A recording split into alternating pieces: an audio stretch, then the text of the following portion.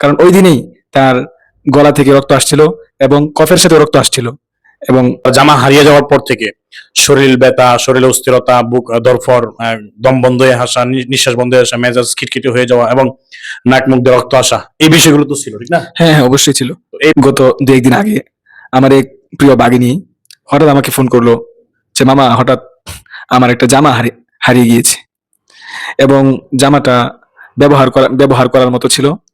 পুরো ঘর খোঁজার পর, তছনছ করে খোঁজার পরে কোনো জায়গায় পাওয়া যায়নি জামাটা।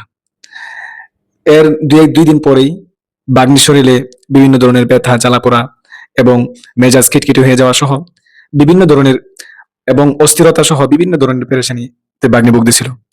পাশাপাশি আমার আফাও এই বিষয়টা নিয়ে অনেক পেরেশানিতে ছিল। ইতিপূর্বে কয়েকটা জায়গায় গিয়েছি এবং এই ধরনের চিকিৎসা দেখেছি।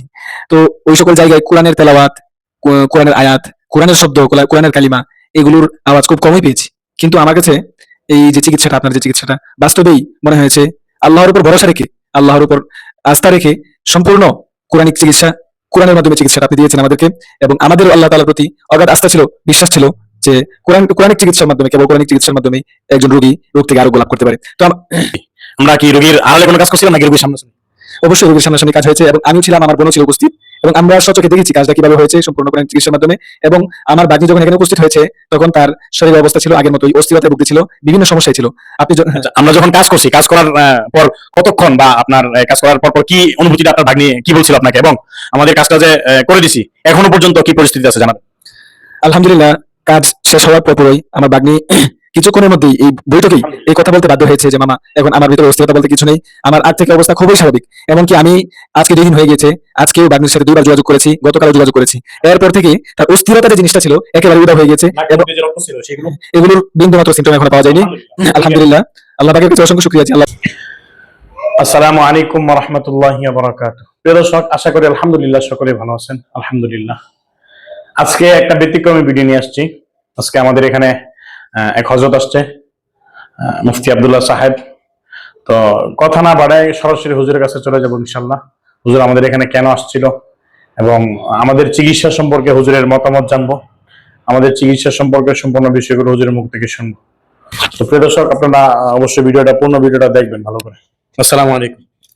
ওয়া আলাইকুম আসসালাম ওয়া রাহমাতুল্লাহি ওয়া বারাকাতুহু। জি হুজুর, আপনি আমাদের এখানে আসার উদ্দেশ্যটা কি ছিল?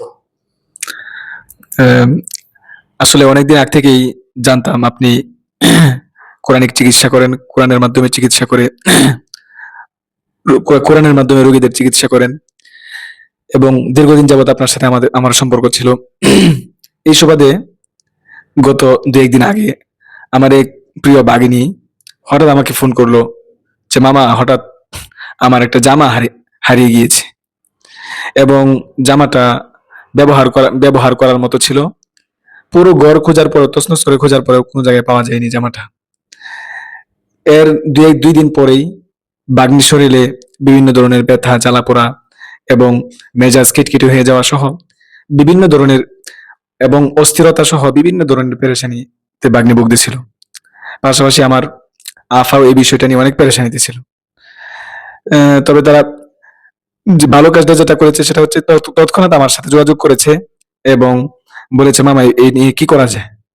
তো আমি তখনই আপনার কথা মাথায় এসেছে এবং আমি তৎক্ষণাৎ বিলম্ব না করে আপনার সাথে যোগাযোগ করেছি এবং আপনার সাথে তৎক্ষণাৎ এসেছি এবং আপনার পরামর্শ নিয়েছি এবং বিকালবেলা আমার বাগ্নিকে উপস্থিত করেছি আপনার কাছে।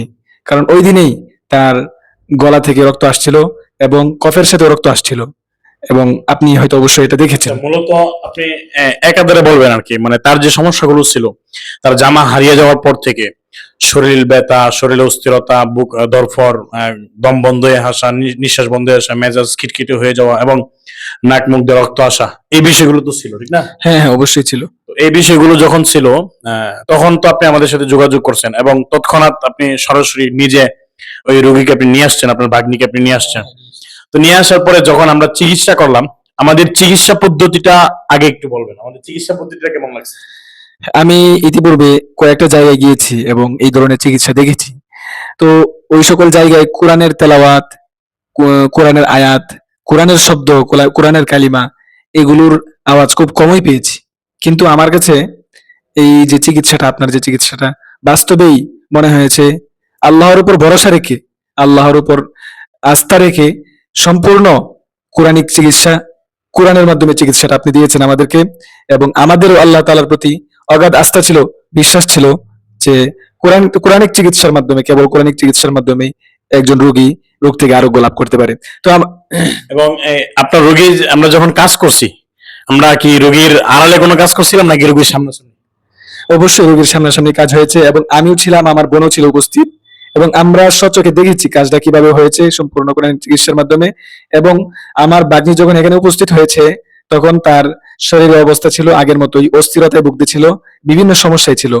আপনি আচ্ছা, আমরা যখন কাজ করছি, কাজ করার পর কতক্ষণ বা আপনার কাজ করার পর পর কি অনুভূতিটা আপনার ভাগ্নি কি বলছিল আপনাকে, এবং আমাদের কাজটা যে করে দিছি এখনো পর্যন্ত কি পরিস্থিতি আছে জানাবেন।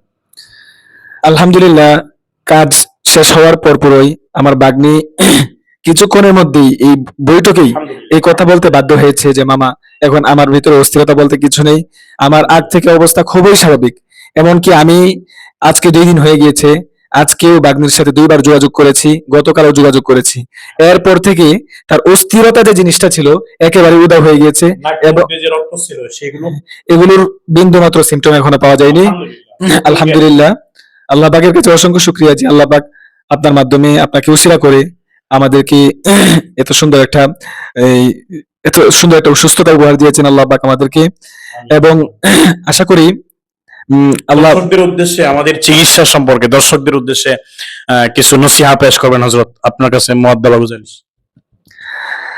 আসলে আমি আপনার কাছে অসংখ্য কৃতজ্ঞ যে আমার ভাগ্নি যখন এটা বলেছিল আমি খুবই পেরেশানিতে ছিলাম, আপনার মাধ্যমে আল্লাহ পাক আমাদেরকে পেরেশানি থেকে মুক্তি দিয়েছেন। আমি দর্শকদের উদ্দেশ্যে যেটা বলতে চাই, আপনারা যদি কোরআনিক চিকিৎসা চান, সম্পূর্ণ কোরআনের মাধ্যমে চিকিৎসা চান, অন্য কোনো ওয়ে, অন্য কোনো পদ্ধতিতে চিকিৎসা না চেয়ে আল্লাহর উপর আস্থা রেখে যদি কোরআনিক চিকিৎসা চান, তাহলে আমার শ্রদ্ধেয় বড় ভাই ওনার সাথে যোগাযোগ করবেন। আশা করি আমি যেমন আস্থা নিয়ে এবং ভালোবাসা নিয়ে, অগাধ বিশ্বাস নিয়ে ভাইয়ের কাছে এসেছিলাম এবং সুস্থতা নিয়ে ফিরে গিয়েছি আল্লাহ পাকের রহমতে, আপনারাও আশা করি নিরাশ হবেন না এবং আশানুরূপ ফলাফল নিয়ে আপনারা বাড়ি যেতে পারবেন। এই আশা রেখে আপনাদের কাছে আমি এই আশা রাখি। শুকরিয়া প্রিয় ভাই, আল্লাহ তাআলা আপনার ইলম এবং রিজিক, আল্লাহ তাআলা সব হার সাইডের মধ্যে আল্লাহ তাআলা আপনার ওয়াসাআত দান করুক। আপনার সুস্থতা কামনা করে, প্রিয় দর্শক সকলের সুস্থতা কামনা করে আমরা বিদায় নিচ্ছি। সকলের সুস্থ থাকবেন। আসসালামু আলাইকুম ওয়া রাহমাতুল্লাহি ওয়া বারাকাতুহু।